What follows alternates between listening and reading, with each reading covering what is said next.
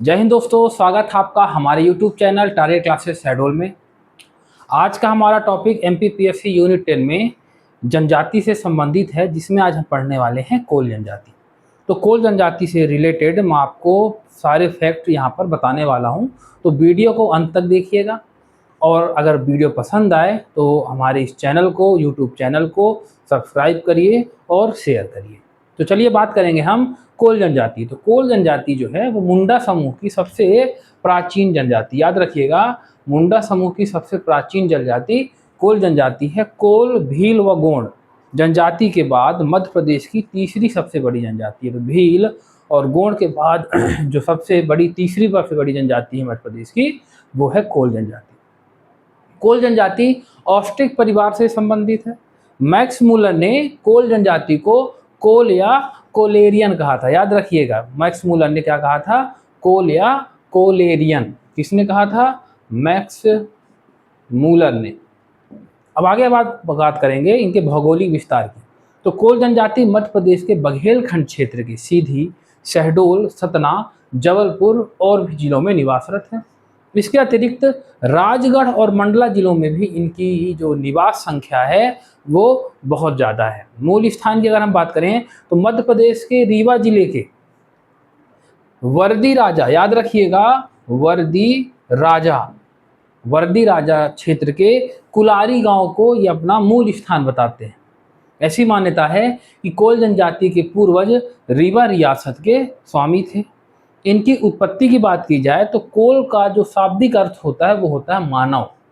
कोल और कुरकू दोनों मुंडरी भाषा परिवार के शब्द हैं। किसके हैं? मुंडरी भाषा परिवार के शब्द हैं। कोल जनजाति का उल्लेख ऋग्वेद, रामायण, महाभारत, पुराण और भी कई ग्रंथों में मिलता है। यह खरवार समूह की एक प्राचीन जनजाति है। यह अपना संबंध राम भक्त सबरी माता से मानते हैं।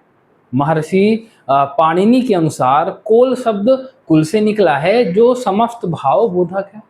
पुराणों में विष्णु पुराण, हरिवंश पुराण, अग्नि पुराण और मत्स्य पुराण में भी कोलों का उल्लेख है। अब जनसंख्या की अगर हम बात करें तो कोल जनजाति की जो जनसंख्या है वो 2011 जनगणना के अनुसार लगभग 11.67 लाख, कितना है? 11.67 लाख है, जो प्रदेश की कुल जनजाति जनसंख्या का 7.6% है। कितना है? 7.6%। कोल जनजाति उत्तर प्रदेश, बिहार, झारखंड, असम, पश्चिम बंगाल और छत्तीसगढ़ सहित अन्य कई राज्यों में भी निवास करती है। तो ये बात कर रहे हैं हम मध्य प्रदेश की, जो 2011 जनगणना के अनुसार 11.67 लाख है, जो प्रदेश की कुल जनसंख्या का 7.6% है। अब हम इतिहास की बात करें कि कोल जनजाति की ऐतिहासिकता क्या है, तो तुलसीदास ने रामायण में कोल किरातों का वर्णन किया है। महाभारत में मायावी कोल राजा का वर्णन है, जो अपने गलत कार्यों की वजह से कोल दैत्य कहलाता था। ऐसी मान्यता है कि विंध्य क्षेत्र के राजा तुर्वसु को दक्षिण पूर्व का रेवा देश दिया गया था, जो वर्तमान में रीवा है। माड़ा के कोल राजा मणिनिहा ने अकबर और महाराणा प्रताप के मध्य हुए युद्ध में महाराणा प्रताप की इसने सहायता भी की थी। त्योंथर जो रीवा में आता है, वर्तमान समय में कोल राजा के गढ़ी के अवशेष हैं। त्योथर का जो पुराना नाम था वो था शेरगढ़। अब हम शारीरिक विशेषता की अगर बात करें तो कोल जनजाति का जो कद है वो मध्यम, रंग काला, ओठ मोटे व बाल घुंघराले होते हैं। आगे बात करेंगे हम कोल जनजाति की सामाजिक संरचना की। तो सबसे पहले है परिवार। तो पितृवंशी व पुरुष प्रधान समाज है। एकल व संयुक्त दोनों तरह के परिवारों का प्रचलन है। अब उपजातियों की अगर हम बात करें तो कोल जनजाति की प्रमुख उपजातियां हैं। तो कौन कौन सी उपजातियां हैं? तो पहला है भवतिया। कौन सा है? भवतिया। दूसरा है रेवतिया। याद रखिएगा, भवतिया, रेवतिया, जिसे रेवरिया भी बोला जाता है। मावसी, मिंस, भवतिया, रेवरिया, मावसी, मिंज, इसे विंज भी कहते हैं। खतिया, जो खतिया उपजाति है ये कोल की उपजाति है। मडनहा, दशौरा,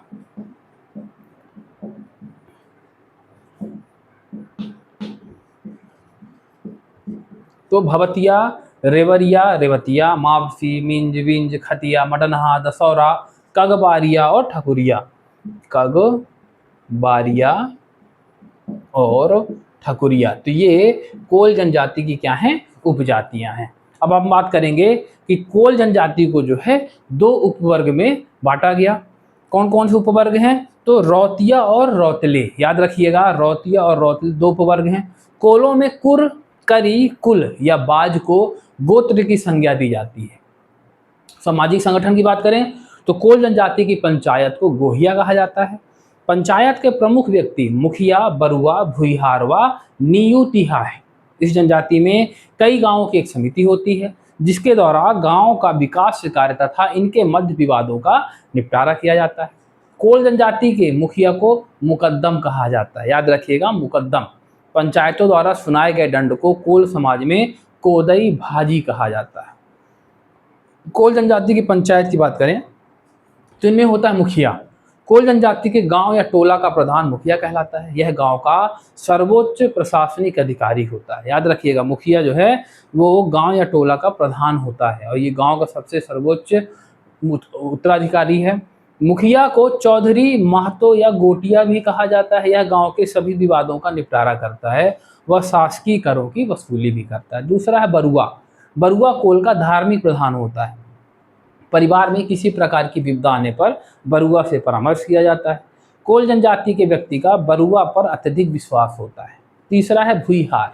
यह बरुआ के बाद दूसरा महत्वपूर्ण पद है। भुईहार को ओझा, पंडा या देवार भी कहते हैं। यह जड़ी बूटी, तंत्र मंत्र, झाड़ फूंक, पूजा पाठ आदि का कार्य करता है। फिर है नियुतिहा। यह कोल समाज में विभिन्न सामाजिक अवसरों पर निमंत्रण का कार्य करता है। निवास स्थान की बात करें तो कोल जनजाति समूह में रहती है जिसे कोलिन टोला कहा जाता है। इनके मकान मुख्य रूप से मिट्टी, घास फूस के बने होते हैं जिसे मढ़िया या झोपड़ी कहते हैं। जहाँ कोल आबादी घनी होती है उसे कोल्हान कहते हैं, याद रखिएगा, जहाँ पे घनी आबादी उसे कोल्हान कहते हैं। खान पान भोजन की बात करें तो कोल शाकाहारी और मांसाहारी दोनों होते हैं। इनके प्रमुख खाद्यान्न में ज्वार, गेहूं, अरहर, मूंग, धान, कोदो, कुटकी, मिश्री, उड़द, सावा व सोयाबीन इनके जो है मुख्य खाद्य पदार्थ हैं। गरीब कोल का मुख्य भोजन कोदई भाजी होता है। कोल जनजाति के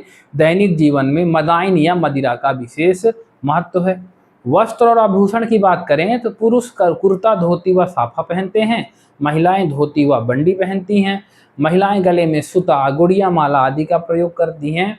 कोल महिलाएं आभूषण प्रिय होती हैं। तो याद रखिएगा, ये कोल जनजाति की सामाजिक संरचना की बात करें तो पहला है जन्म संस्कार।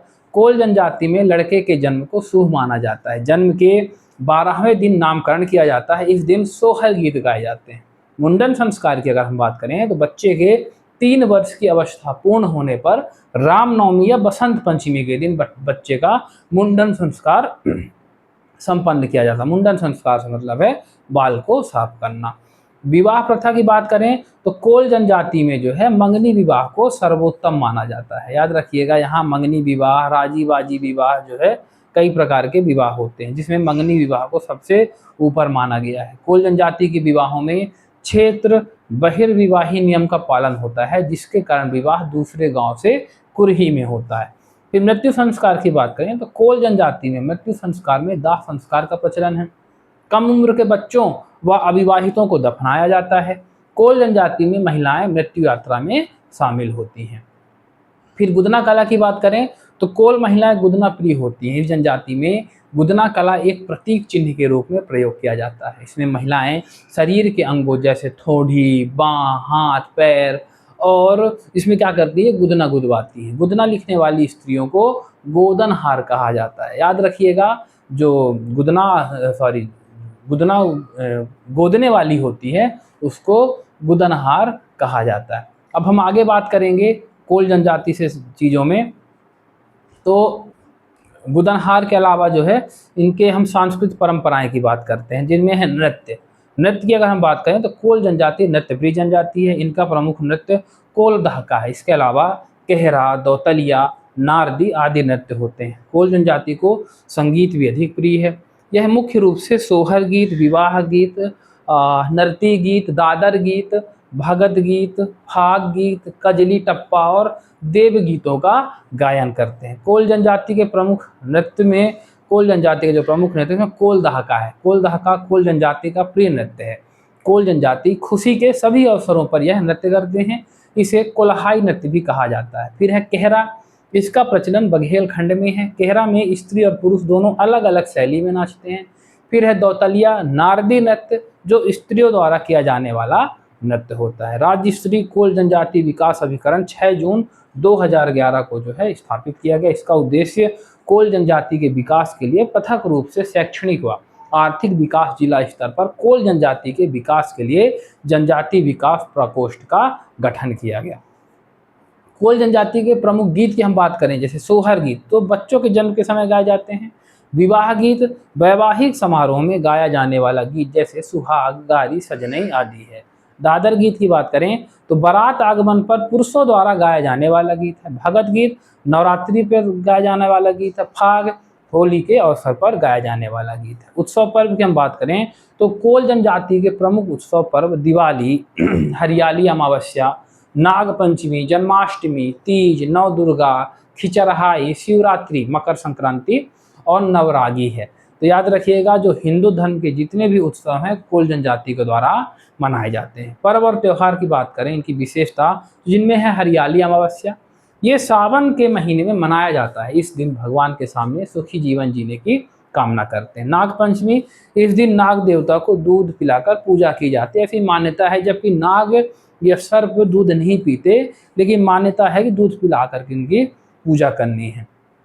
जन्माष्टमी, भगवान कृष्ण के जन्म दिवस को धूमधाम से मनाया जाता है। हरितालिका तीज, इस दिन कोल महिलाएं निर्जला व्रत रखती हैं और हिंदुली कजली गीत गाती हैं। खिचरहाई, कोल जनजाति में मकर संक्रांति पर्व को खिचरहाई कहते हैं। गांवों में भी उसे खिचरहाई ही कहा जाता है। नवाखानी की बात करें तो नई फसल जैसे धान के आने के बाद यह त्यौहार मनाया जाता है। अब बात करेंगे भाषा की, तो कोल जनजाति द्वारा कोल, मुंडा एवं बघेली भाषा बोली जाती है। मध्य प्रदेश के विभिन्न जिलों में कोलों द्वारा भिन्न भिन्न बोलियां बोली जाती हैं, जिनमें सतना में बुंदेली मिश्रित बघेली, सीधी में भोजपुरी मिश्रित बघेली, रीवा में बघेली, शहडोल, मंडला एवं राजगढ़ में छत्तीसगढ़ी मिश्रित बघेली बोली जाती है। ठीक है, अब ये भाषा की बात हो गई। भाषा के बाद हम बात करेंगे कोल जनजाति का धार्मिक एवं आर्थिक जीवन।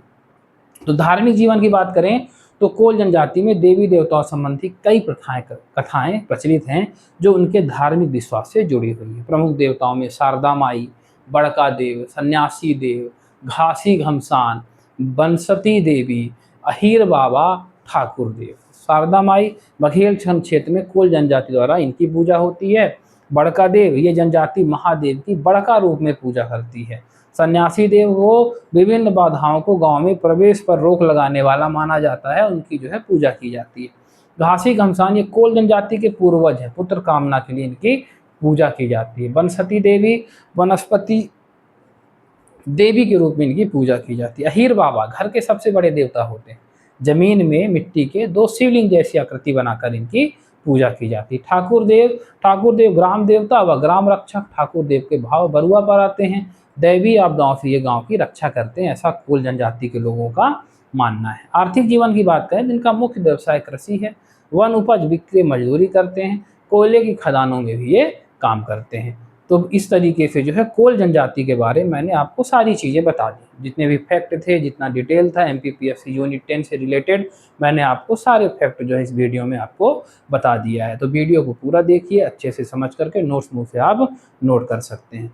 और हमारा जो बैच है 1 जुलाई से सुबह 7 से 10 का वो शुरू हो चुका है, और शाम 4 से 7 का बैच 15 जुलाई से शुरू होने वाला है। अगर आप MPPSC और UPSC की प्रिपरेशन करना चाहते हैं तो आप जो है हमारा ये बैच ज्वाइन कर सकते हैं। नीचे दिए गए नंबर पर आप कॉल करके बाणगंगा पेट्रोल पंप के सामने शहडोल विजिट करके रजिस्ट्रेशन करा सकते हैं, और 15 जुलाई से इवनिंग का बैच ज्वाइन कर सकते हैं। मॉर्निंग के बैच की क्लासेस शुरू हैं। अगर आप उस बैच को ज्वाइन करना चाहते हैं तो वहाँ पर भी एडमिशन की प्रोसेस पूरी करके क्लासेस कर सकते हैं। तो चलिए, अगर वीडियो पसंद आई हो तो चैनल को सब्सक्राइब करिए, वीडियो को लाइक करिए और शेयर करना बिल्कुल मत भूलिए। हम मिलेंगे अगली जनजाति को लेकर के, जिसमें हम जानेंगे कि कौन सी जनजाति जो है एमपीपीएससी यूनिट 10 के लिए सबसे इम्पोर्टेंट है। तो मिलते हैं फिर नेक्स्ट वीडियो में। धन्यवाद।